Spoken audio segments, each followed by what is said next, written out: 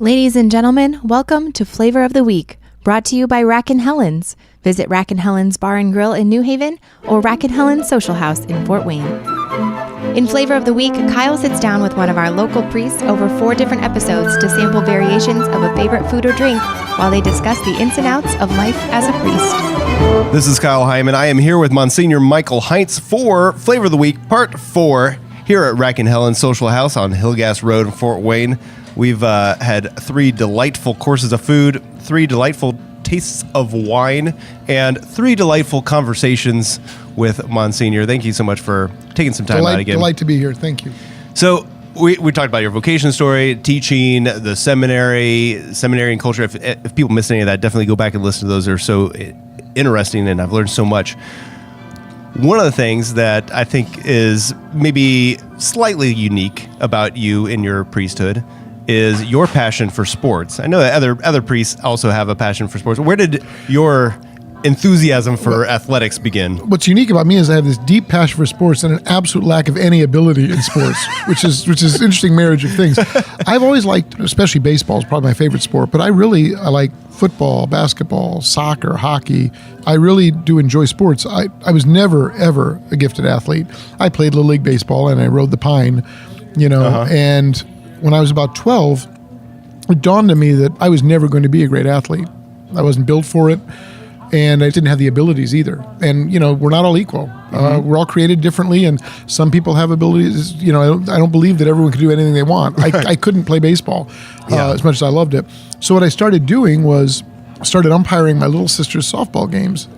And at age 12? Yeah. Really? I was 12, and she was like 8, and so she had this. That's how I started. They needed somebody to would someone do the bases? So I started doing the bases. Sure. And I started, this was probably I would have been right around 1980 when I started doing this. And then I moved up to minor baseball, then major baseball, then senior baseball. So I was actually, when I was 16, I was umpiring the games of the 16-year-old kids, which really shouldn't have been going on, but I had been doing it for so long that they had no problem with me doing it. Oh, here comes round 4. La Creme Pinot Noir. Okay. Oh, very good. Here. There we go. Oh, wow. Oh, look at this. And this is our Pitmaster sandwich. So this has our house smoked beef brisket, pulled pork, and we have peppered bacon, sweet ancho barbecue sauce, a crispy onion, and some provolone cheese. Wow. After this, we just have a small little dessert if you're getting full. Oh, thank you. Thank you. Man, Wes Anderson is hooking us up here. Thank you. This looks incredible. This looks incredibly heart healthy.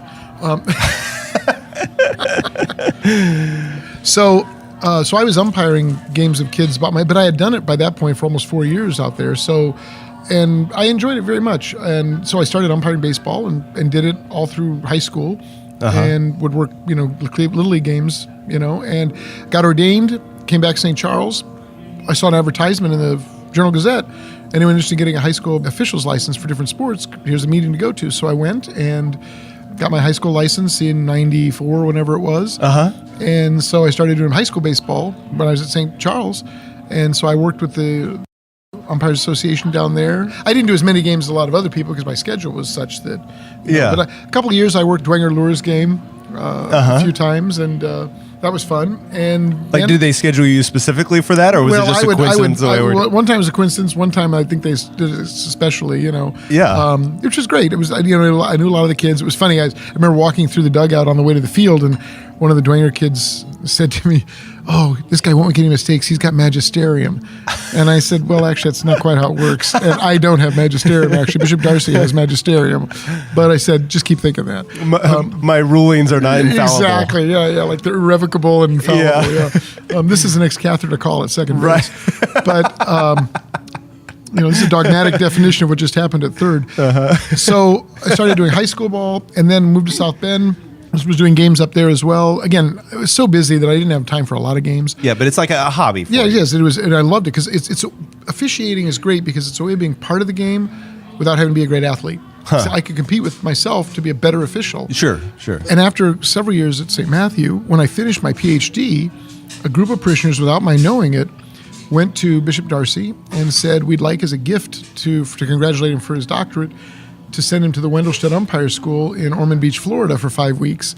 Would you give permission for him to go away and we can get coverage and all that? Thank goodness Bishop Darcy loved baseball. Yeah. So he said, that's a great idea. So I was down at the Harry Wendelstedt Umpire School in Ormond Beach, Florida for 5 weeks. So what's that like? That is amazing. That's where the Major League umpires are trained. So my instructors were all Major League umpires or minor league umpires on the make. You think you know the rules of baseball until you go to a place like that where you go through the rule book very carefully and you realize there's so much you did not know and you thought you knew.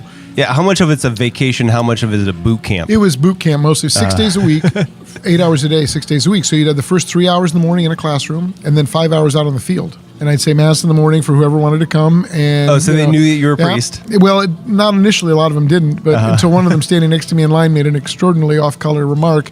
And one of the instructors walked by and said, "Hi, Father." And the kid looked at me and said, "You're a priest?" I said, 24/7. And he was a Catholic kid from Michigan who'd said that, so he felt really, really bad. Oh, man. But by the end of it, everyone knew I was a priest. Yeah. But, I didn't hide the fact, but I just wore the same uniform everyone else did. Yeah, yeah. And it was great. I got to hang out with, Major League umpires, Trip Gibson, Hunter Wendelstedt. His dad, Harry, was still living. Met Harry, Bruce Fremming, John Tumpane, Jordan Baker, all these Major League guys who are friends of mine now that I keep in touch with that I knew from umpire school. Fascinating. Well, I'm going to take a stab at the sandwich here. There's so much going on. Yes. Bacon and onion rings and... I know Father Budzinski would like this because of the bacon. Which is quite good. What kind of cheese? Do you remember? Is it provolone? I don't know. It was spicy. Got a little kick. The dip was had just a little bit of a... That was good. I was blessed because when I was at St. Matthew, the Notre Dame baseball coach at the time, Paul Maneri, who's now down at LSU, was a parishioner. And so I got to know him really well. And so I would also work some of their fall scrimmage games at Notre Dame, which is a great baseball field to work on.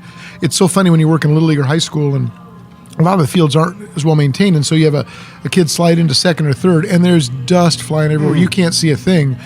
Whereas you go to these nicer fields and it's a different kind of dirt infield. So if someone slides, there's no dust flying up.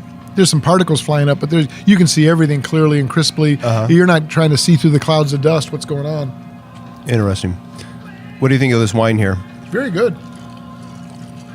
This is the La Creme, I think La she Creme, said. yeah. La Creme Pinot Noir. Good. I still think I like the Kendall Jackson Chardonnay the best. So you have been refereeing the Cupertino Classic. This is year 3, I think. Yeah. So tell me what you like about the Cupertino Classic. Oh, first of all, it's really good basketball.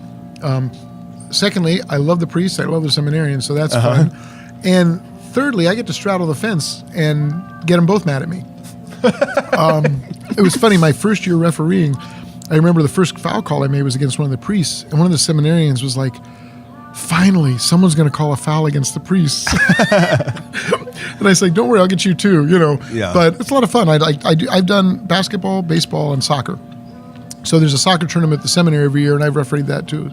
I've just been a side of the linesman. I've not been the center referee. That'd be a little more hoofing it around the field than I'd be capable of, and I'm not good at calling fouls. So do the seminarians get a kick out of that? That you're their advisor and instructor, they're often expected, but then also you show up with a uniform on the sidelines with a flag, and they're just like, "You do this too," But it's just me. It's just fun. It's fun. I love sport. I'm certainly not infallible. I've missed many a call in my life, but usually when you miss a call, you know it.